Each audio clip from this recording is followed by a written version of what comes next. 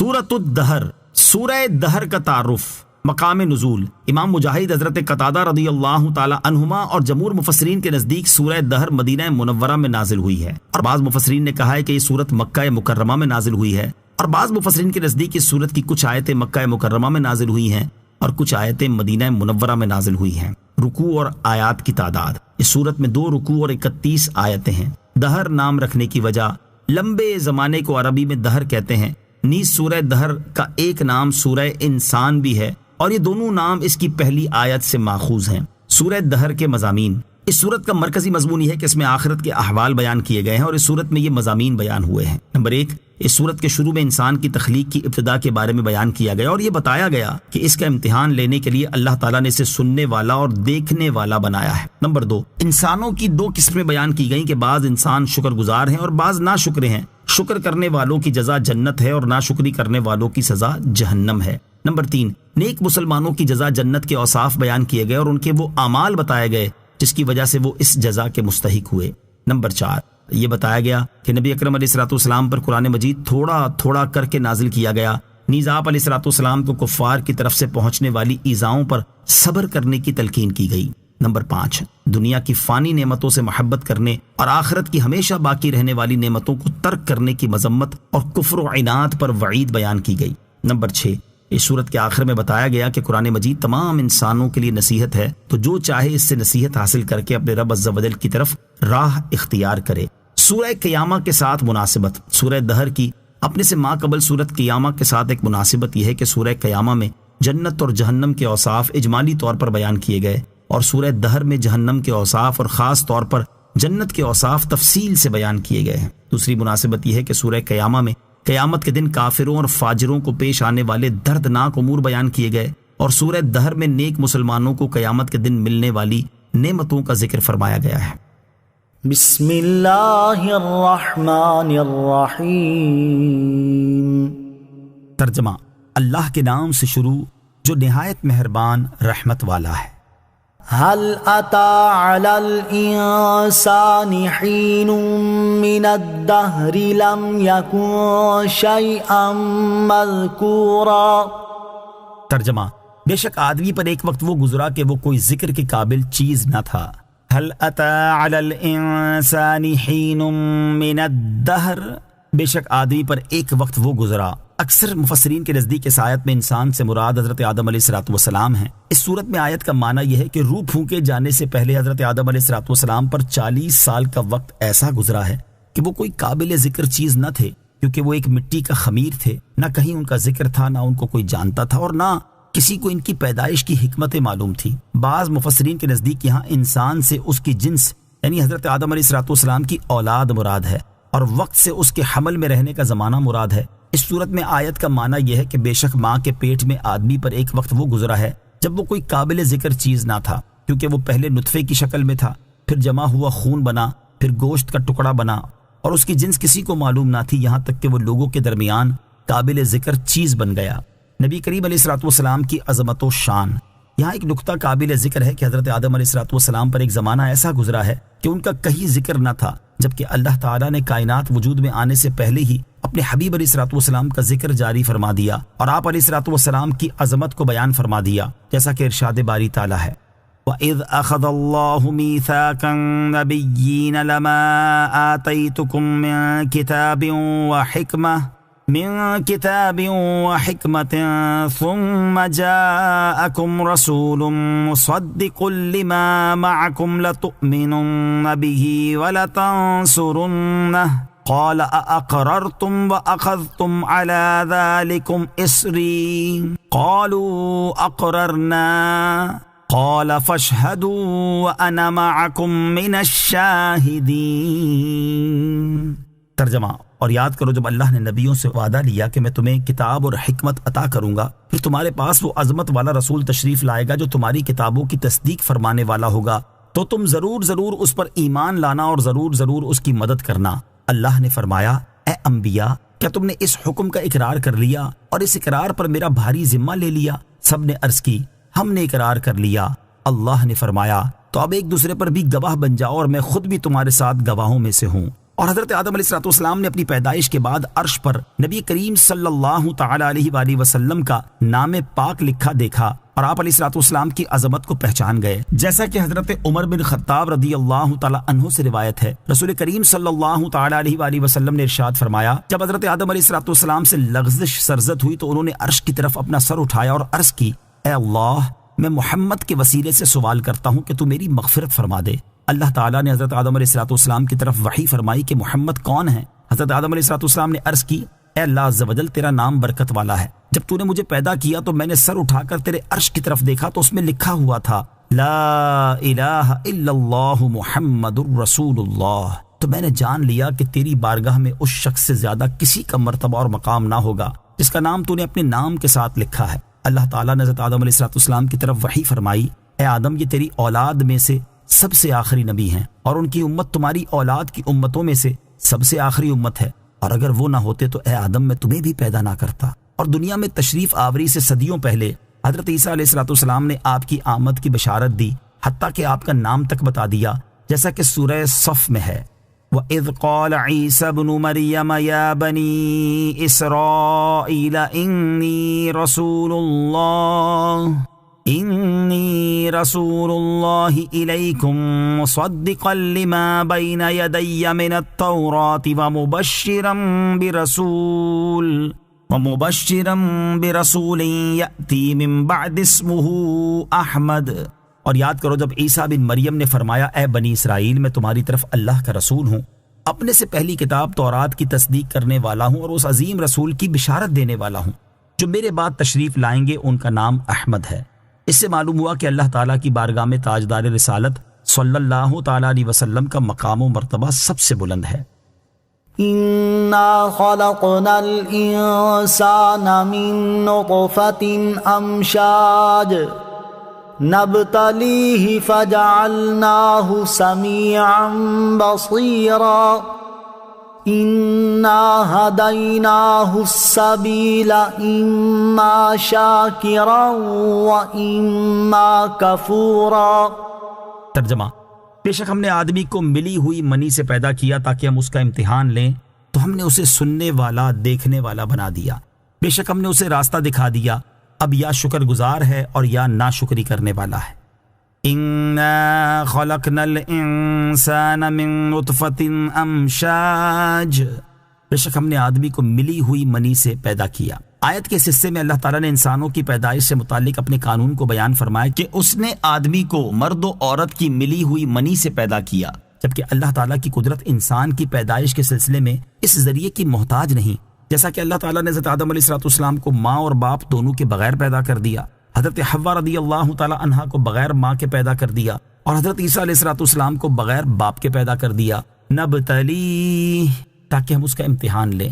یعنی جب ہم نے انسان کو پیدا کیا تو اس وقت ارادہ کیا کہ ہم اسے مکلف کر کے اپنے احکامات اور ممنوعات سے اس کا امتحان لیں، تو ہم نے اسے سننے والا، دیکھنے والا بنا دیا تاکہ وہ دلائل کا مشاہدہ کر سکے اور آیات کو غور سے سن سکے. یاد رہے کہ یہاں انسان سے مراد حضرت آدم علیہ السلام کی اولاد مراد ہے. اِنَّا هَدَيْنَاهُ السَّبِيلَ. بے شک ہم نے اسے راستہ دکھا دیا. ارشاد فرمایا کہ بے شک ہم نے ظاہری اور باطنی حواس عطا کرنے کے بعد انسان کو دلائل قائم کر کے، رسول بھیج کر اور کتابیں نازل فرما کر ہدایت کا راستہ دکھا دیا. اب چاہے وہ ایمان قبول کر کے شکر گزار بنے یا کفر کر کے ناشکری کرنے والا بنے. إِنَّا أَعْتَدْنَا لِلْكَافِرِينَ سَلَاسِلَ وَأَغْلَالًا وَسَعِيرًا. ترجمہ: بے شک ہم نے کافروں کے لیے زنجیریں اور طوق اور بھڑکتی آگ تیار کر رکھی ہیں. اِنَّا أَعْتَدْنَا لِلْكَافِرِينَ. بے شک ہم نے کافروں کے لیے تیار کر رکھی ہیں. اس سے پہلی آیت میں کافروں اور ایمان والوں کا ذکر کیا، اور اس آیت میں وہ چیزیں بیان کی جا رہی ہیں جو کافروں کے لیے تیار کی گئی ہیں. چنانچہ ارشاد فرمایا کہ بے شک ہم نے آخرت میں کافروں کے لیے زنجیریں تیار کر رکھی ہیں جن سے باندھ کر انہیں دوزخ میں گھسیٹا جائے گا، اور ان کے لیے طوق تیار کر رکھے ہیں جو ان کے گلوں میں ڈالے جائیں گے، اور ان کے لیے بھڑکتی آگ تیار کر رکھی ہے جس میں انہیں جلایا جائے گا. ان الابرار یشربون من کأس کان مزاجها کافورا عینا یشرب بها عباد اللہ یفجرونها تفجیرا. ترجمہ: بے شک نیک لوگ اس جام سے پیئیں گے جس میں کافور ملا ہوا ہوگا. وہ کافور ایک چشمہ ہے جس سے اللہ کے نہایت خاص بندے پیئیں گے. وہ اسے جہاں چاہیں گے بہا کر لے جائیں گے. ان الابرار، بے شک نیک لوگ. کفار کا حال بیان کرنے کے بعد اب اس آیت اور اس کے بعد والی آیت میں ایمان والوں کا حال بیان کیا جا رہا ہے کہ بے شک نیک لوگ جنت میں اس جام میں سے پیئیں گے جس میں کافور ملا ہوا ہوگا. وہ کافور جنت میں ایک چشمہ ہے جس سے اللہ تعالیٰ کے نہایت خاص بندے پیئیں گے، اور وہ اپنے مکانات اور محلوں میں اسے آسانی کے ساتھ جہاں چاہیں بہا کر لے جائیں گے. نیز کافور ملا جام پینے سے انہیں کوئی نقصان نہ ہوگا، کیونکہ جنتی لوگ جنت سے جو کچھ کھائیں پیئیں گے اس سے انہیں کوئی نقصان نہیں پہنچے گا. یوفون بالنذر ویخافون یوما کان شرہ مستطیرا. ترجمہ: وہ اپنی منتیں پوری کرتے ہیں اور اس دن سے ڈرتے ہیں جس کی برائی پھیلی ہوئی ہوگی. یوفون بالنذر، وہ اپنی منتیں پوری کرتے ہیں. اللہ تعالیٰ کے نیک بندوں کا ثواب بیان فرمانے کے بعد اب ان کے وہ اعمال ذکر فرمائے جا رہے ہیں جن کی وجہ سے انہیں یہ ثواب حاصل ہوا. پہلا عمل، اللہ تعالیٰ کے نیک بندے طاعت و عبادت اور شریعت کے واجبات پر عمل کرتے ہیں، حتیٰ کہ وہ عبادات جو واجب نہیں لیکن منت مان کر انہیں اپنے اوپر واجب کر لیا تو انہیں بھی ادا کرتے ہیں. منت کی دو صورتیں. یاد رہے، منت کی ایک صورت یہ ہے کہ جو چیز آدمی پر واجب نہیں ہے اسے کسی شرط کے ساتھ اپنے اوپر واجب کر لے. اس کا حکم یہ ہے کہ اگر ایسے کام کی شرط لگائی جس کے ہو جانے کی خواہش ہے، مثلا یوں کہا کہ اگر میرا مریض اچھا ہو گیا یا میرا مسافر خیریت سے واپس آ گیا تو میں راہ خدا میں اس قدر صدقہ کروں گا یا اتنی رکعت نماز پڑھوں گا یا اتنے روزے رکھوں گا. تو اس صورت میں جب وہ کام ہو گیا تو اتنی مقدار صدقہ کرنا اور اتنی رکعت نماز پڑھنا اور اتنے روزے رکھنا ضروری ہے. اس میں ایسا نہیں ہو سکتا کہ وہ کام نہ کرے اور منت کا کفارہ دے دے. اور اگر منت میں ایسے کام کی شرط لگائی جس کا ہونا نہیں چاہتا، مثلا یوں کہا کہ اگر میں تم سے بات کروں یا تمہارے گھر آؤں تو مجھ پر اتنے روزے ہیں، اس صورت میں اگر شرط پائی گئی یعنی اس سے بات کر لی یا اس کے گھر چلا گیا تو اب اسے اختیار ہے کہ جتنے روزے کہے تھے وہ رکھ لے یا کفارہ دے دے. منت کی دوسری صورت یہ ہے کہ کسی شرط کا ذکر کیے بغیر اپنے اوپر وہ چیز واجب کر لے جو واجب نہیں ہے. مثلا یوں کہے کہ میں نے اتنے روزوں کی منت مانی، یا اس طرح کہے کہ میں اللہ تعالیٰ کے لیے اتنے روزے رکھوں گا. اس کا حکم یہ ہے کہ جس چیز کی منت مانی وہ کرنا ضروری ہے، اس کے بدلے کفارہ نہیں دے سکتا. نوٹ: منت کے مسائل کے بارے میں تفصیلی معلومات حاصل کرنے کے لیے بحر شریعت جلد نمبر 2 حصہ 9 سے منت کا بیان مطالعہ فرمائیں. دوسرا عمل، اللہ تعالیٰ کے نیک بندے اس دن سے ڈرتے ہیں جس کی شدت اور سختی پھیلی ہوئی ہوگی. حضرت قتادہ رحمۃ اللہ تعالی فرماتے ہیں کہ اس دن کی شدت اس قدر پھیلی ہوئی ہوگی کہ آسمان پھٹ جائیں گے، ستارے گر پڑیں گے، چاند سورج بے نور ہو جائیں گے، پہاڑ ریزہ ریزہ ہو جائیں گے اور زمین پر کوئی عمارت باقی نہ رہے گی. وَيُطْعِمُونَ الطَّعَامَ عَلَى حُبِّهِ مِسْكِينًا وَيَتِيمًا وَأَسِيرًا. ترجمہ: اور وہ اللہ کی محبت میں مسکین اور یتیم اور قیدی کو کھانا کھلاتے ہیں. وَيُطْعِمُونَ الطَّعَامَ عَلَى حُبِّهِ، اور وہ اللہ کی محبت میں کھانا کھلاتے ہیں. اس آیت کا ایک معنی یہ ہے کہ اللہ تعالیٰ کے نیک بندے ایسی حالت میں بھی مسکین، یتیم اور قیدی کو کھانا کھلاتے ہیں جبکہ خود انہیں کھانے کی حاجت اور خواہش ہوتی ہے. دوسرا معنی یہ ہے کہ اللہ تعالیٰ کے نیک بندے مسکین، یتیم اور قیدی کو اللہ تعالیٰ کی محبت میں اور اس کی رضا حاصل کرنے کے لیے کھانا کھلاتے ہیں. مسکین اور یتیم کو کھانا کھلانے کی اہمیت. یاد رہے کہ مسکین اسے کہتے ہیں جس کے پاس کچھ نہ ہو، یہاں تک کہ وہ کھانے اور بدن چھپانے کے لیے اس بات کا محتاج ہے کہ لوگوں سے سوال کرے. اور یتیم اس نابالغ بچے کو کہتے ہیں جس کا باپ فوت ہو چکا ہو. مسکین اور یتیم کو کھانا کھلانے کی اہمیت کیا ہے، اس کا اندازہ ان آیات سے لگایا جا سکتا ہے. چنانچہ اللہ تعالیٰ ارشاد فرماتا ہے: اَرَأَيْتَ الَّذِي يُكَذِّبُ بِالدِّينِ فَذَلِكَ الَّذِي يَدُعُّ الْيَتِيمَ وَلَا يَحُضُّ عَلَى طَعَامِ الْمِسْكِينِ. ترجمہ: کیا تم نے اس شخص کو دیکھا جو دین کو جھٹلاتا ہے؟ پھر وہ ایسا ہے جو یتیم کو دھکے دیتا ہے اور مسکین کو کھانا دینے کی ترغیب نہیں دیتا. اور ارشاد فرمایا: فَأَمَّا الْإِنسَانُ إِذَا مَا ابْتَلَاهُ رَبُّهُ فَأَكْرَمَهُ وَنَعَّمَهُ فَيَقُولُ رَبِّي أَكْرَمَنِ وَأَمَّا إِذَا مَا ابْتَلَاهُ فَقَدَرَ عَلَيْهِ رِزْقَهُ فَيَقُولُ رَبِّي أَهَانَنِ كَلَّا بَل لَّا تُكْرِمُونَ الْيَتِيمَ وَلَا تَحَاضُّونَ عَلَى طَعَامِ الْمِسْكِينِ. ترجمہ: تو بہرحال آدمی کو جب اس کا رب آزمائے کہ اس کو عزت اور نعمت دے تو اس وقت وہ کہتا ہے کہ میرے رب نے مجھے عزت دی، اور بہرحال جب اللہ عز و جل بندے کو آزمائے اور اس کا رزق اس پر تنگ کر دے تو کہتا ہے کہ میرے رب نے مجھے ذلیل کر دیا۔ ہرگز نہیں، بلکہ تم یتیم کی عزت نہیں کرتے اور تم ایک دوسرے کو مسکین کے کھلانے کی ترغیب نہیں دیتے۔ اور ارشاد فرمایا فَلَقْتَحَمَ الْعَقَبَةَ وَمَا أَدْرَاكَ مَا الْعَقَبَةُ فَكُّ رَقَبَةٍ أَوْ إِطْعَامٌ فِي يَوْمٍ ذِي مَسْغَبَةٍ يَتِيمًا ذَا مَقْرَبَةٍ او مسکینا ذا متربہ۔ ترجمہ، پھر بغیر سوچے سمجھے کیوں نہ گھاٹی میں کود پڑا، اور تجھے کیا معلوم کہ وہ گھاٹی کیا ہے؟ کسی بندے کی گردن چھڑانا یا بھوک کے دن میں کھانا دینا، رشتہ دار یتیم کو یا خاک نشین مسکین کو۔ انما نطعمكم لوجه الله لا نريد منكم جزاء ولا شكورا انا نخاف من ربنا یوما عبوسا قمطریرا۔ ترجمہ، ہم تمہیں خاص اللہ کی رضا کے لیے کھانا کھلاتے ہیں، ہم تم سے نہ کوئی بدلہ چاہتے ہیں اور نہ شکریہ، بے شک ہمیں اپنے رب سے ایک ایسے دن کا ڈر ہے جو بہت ترش نہایت سخت ہے۔ انما نطعمکم لوجہ اللہ، ہم تمہیں خاص اللہ کی رضا کے لیے کھانا کھلاتے ہیں۔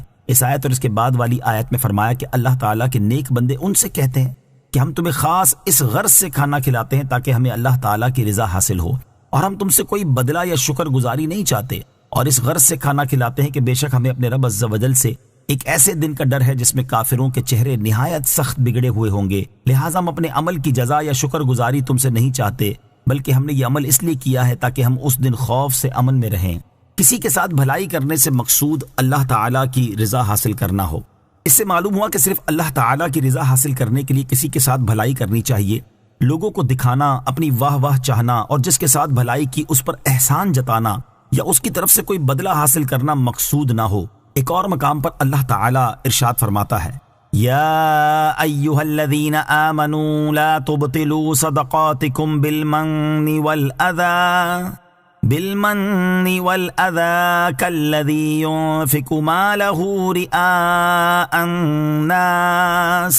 ترجمہ، اے ایمان والو، احسان جتا کر اور تکلیف پہنچا کر اپنے صدقے برباد نہ کر دو، اس شخص کی طرح جو اپنا مال لوگوں کے دکھلاوے کے لیے خرچ کرتا ہے۔ اور ارشاد فرمایا وَمَا آتَيْتُم مِّن رِّبًا لِّيَرْبُوَ فِي أَمْوَالِ النَّاسِ فَلَا يَرْبُو عِندَ اللَّهِ وَمَا آتَيْتُم مِّن زَكَاةٍ تُرِيدُونَ وَجْهَ اللَّهِ فَأُولَٰئِكَ هُمُ الْمُضْعِفُونَ۔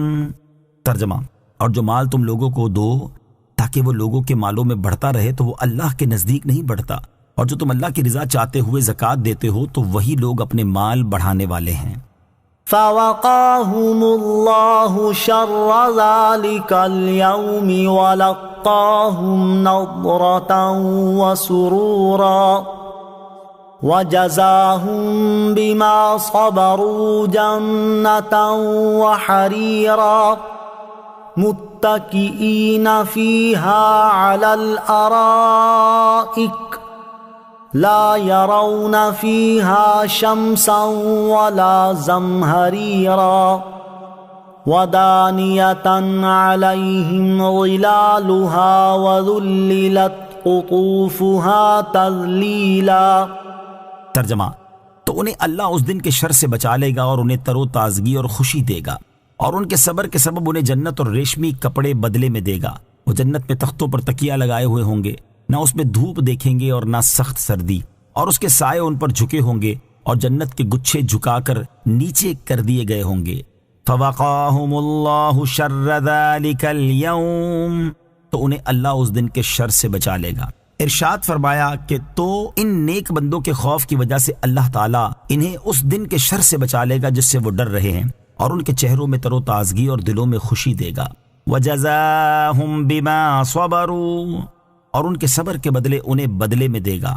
اس آیت اور اس کے بعد والی دو آیات کا خلاصہ یہ ہے کہ اللہ تعالیٰ اپنے نیک بندوں کو گناہ نہ کرنے، اللہ تعالیٰ کی اطاعت کرنے اور بھوک پر صبر کرنے کے بدلے جنت میں داخل کرے گا، اور انہیں ریشمی لباس پہنائے گا، اور وہ جنت میں تختوں پر تکیہ لگائے ہوں گے، اور دنیا کی طرح وہاں انہیں گرمی یا سردی کی کوئی تکلیف نہ ہوگی، اور جنتی درختوں کے سائے ان پر جھکے ہوئے ہوں گے، اور جنت کے درختوں کے گچھے جھکا کر نیچے کر دیے گئے ہوں گے تاکہ وہ کھڑے بیٹھے لیٹے ہر حال میں بآسانی گچھے لے سکیں اور جیسے چاہے کھا سکیں۔ وَيُطَافُ عَلَيْهِمْ بِآنِيَةٍ مِّن فِضَّةٍ وَأَكْوَابٍ كَانَتْ قوارير من فضة قدروها تقديرا۔ ترجمہ، اور ان پر چاندی کے برتنوں اور گلاسوں کے دور ہوں گے جو شیشے کی طرح ہوں گے، چاندی کے شفاف شیشے جنہیں پلانے والوں نے پورے اندازہ سے بھر کر رکھا ہوگا۔ وَيُطَافُ عَلَيْهِمْ بِآنِيَةٍ مِّن فِضَّةٍ وَأَكْوَابٍ، اور ان پر چاندی کے برتنوں اور گلاسوں کے دور ہوں گے۔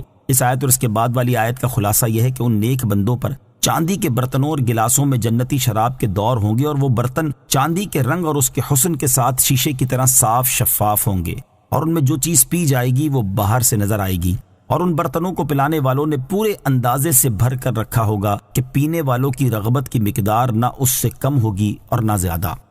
وَيُسْقَوْنَ فِيهَا كَأْسًا كَانَ مِزَاجُهَا زَنجَبِيلًا عَيْنًا فِيهَا تُسَمَّى سَلْسَبِيلًا۔ ترجمہ، اور جنت میں انہیں ایسے جام پلائے جائیں گے جس میں زنجبیل ملا ہوا ہوگا۔ زنجبیل جنت میں ایک چشمہ ہے جس کا نام سلسبیل رکھا جاتا ہے۔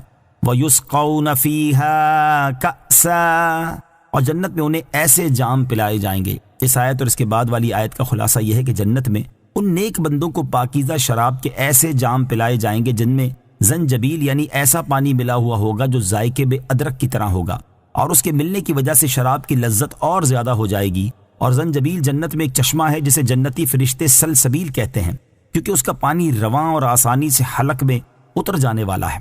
یاد رہے کہ اللہ تعالیٰ کے مقرب بندے خالص اسی چشمے سے پئیں گے، جبکہ ان سے کم درجے والے نیک بندوں کی شرابوں میں اس چشمے کا پانی ملایا جائے گا، اور یہ چشمہ عرش کے نیچے سے جنت عدن سے ہوتا ہوا تمام جنتوں میں گزرتا ہے۔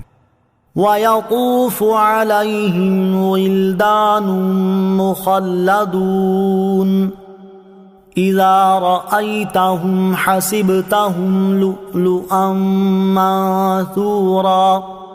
ترجمہ، اور ان کے آس پاس ہمیشہ رہنے والے لڑکے خدمت کے لیے پھریں گے، جب تو انہیں دیکھے گا تو تو انہیں بکھرے ہوئے موتی سمجھے گا۔ وَيَطُوفُ عَلَيْهِمْ بِلْدَانٌ مُخَلَّدُونَ، اور ان کے آس پاس ہمیشہ رہنے والے لڑکے پھریں گے۔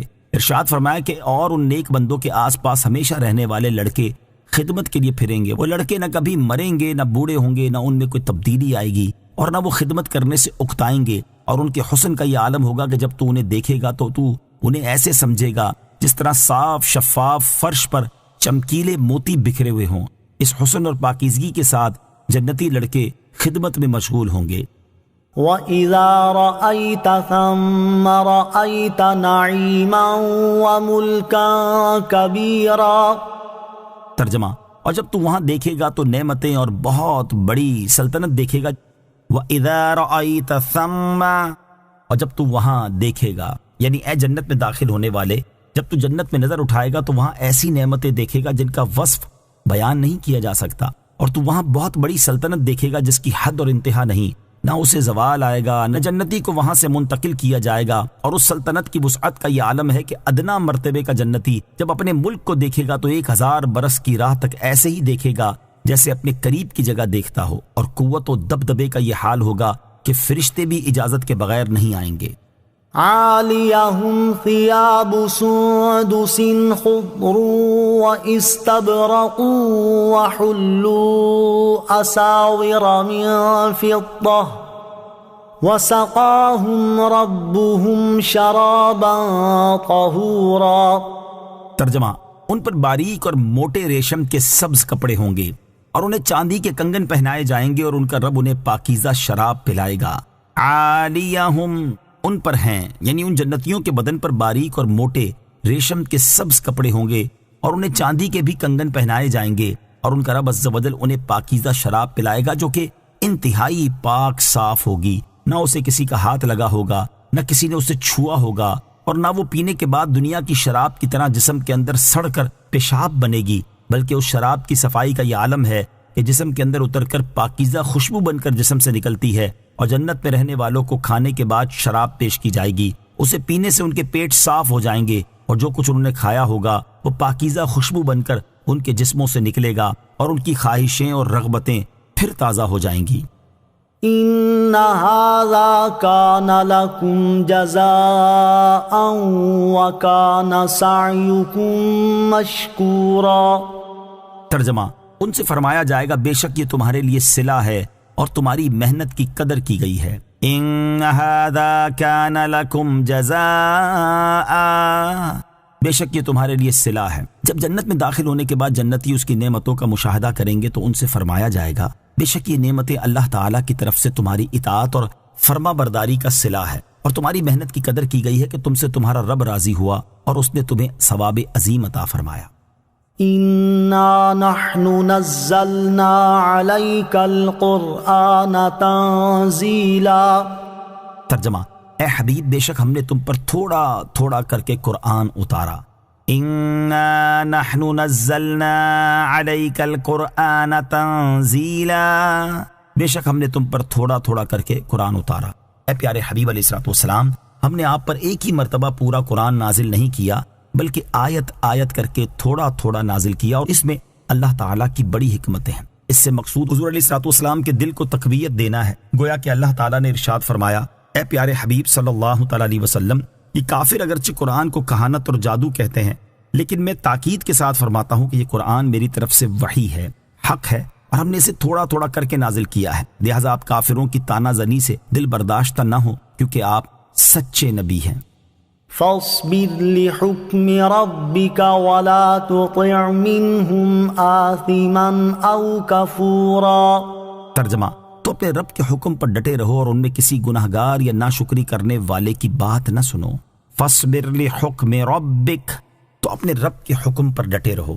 شان نزول، عتبہ بن ربیعہ اور ولید بن مغیرہ یہ دونوں نبی کریم علیہ الصلوۃ والسلام کے پاس آئے اور کہنے لگے کہ اگر آپ عورتیں اور مال حاصل کرنے کے لیے اپنے دین کی تبلیغ کر رہے ہیں تو اس کام سے باز آئیے۔ اور عتبہ نے کہا کہ اگر آپ ایسا کریں گے تو میں اپنی بیٹی سے آپ کی شادی کر دوں گا اور مہر کے بغیر آپ کی خدمت میں حاضر کر دوں گا۔ اور ولید نے کہا کہ میں آپ کو اتنا مال دے دوں گا کہ آپ راضی ہو جائیں گے۔ اس پر یہ آیت نازل ہوئی اور اللہ تعالیٰ نے اپنے حبیب علیہ الصلوۃ والسلام سے ارشاد فرمایا، اے پیارے حبیب صلی اللہ تعالیٰ علیہ وآلہ وسلم، آپ رسالت کی تبلیغ فرما کر اور اس میں مشقتیں اٹھا کر اور دین کے دشمنوں کی ایذائیں برداشت کر کے اپنے رب عز و جل کے حکم پر ڈٹے رہیں اور ان میں کسی گناہگار یا ناشکری کرنے والے کی بات نہ سنیں۔ واذکر اسم ربک بکرۃ وأصیلا ومن اللیل فاسجد له وسبحہ لیلا طویلا۔ ترجمہ، اور صبح و شام اپنے رب کا نام یاد کرو اور رات کے کچھ حصے میں اسے سجدہ کرو اور لمبی رات میں اس کی پاکی بیان کرو۔ وَاذْكُرِ اسْمَ رَبِّكَ بُكْرَةً وَأَصِيلًا، اور صبح و شام اپنے رب کا نام یاد کرو۔ اس آیت اور اس کے بعد والی آیت کا خلاصہ یہ ہے کہ بعض مفسرین کے نزدیک یہاں ذکر سے نماز مراد ہے، چنانچہ صبح کے ذکر سے نماز فجر اور شام کے ذکر سے ظہر اور عصر کی نمازیں مراد ہیں، جبکہ رات کے کچھ حصے میں سجدہ کرنے سے مراد یہ ہے کہ مغرب اور عشاء کی نمازیں پڑھیں، اور باقی لمبی رات میں اللہ تعالیٰ کی پاکی بیان کرنے سے مراد یہ ہے کہ فرائض کی ادائیگی کے بعد نوافل پڑھتے رہیں۔ یوں اس میں تہجد کی نماز بھی شامل ہو گئی، اور بعض مفسرین نے فرمایا ہے کہ یہاں ذکر سے مراد زبان سے ذکر کرنا ہے، اور مقصود یہ ہے کہ دن رات کے تمام اوقات میں دل اور زبان سے اللہ تعالیٰ کے ذکر میں مشغول رہیں۔ ان هؤلاء يحبون العاجلة ويذرون وراءهم يوما ثقيلا۔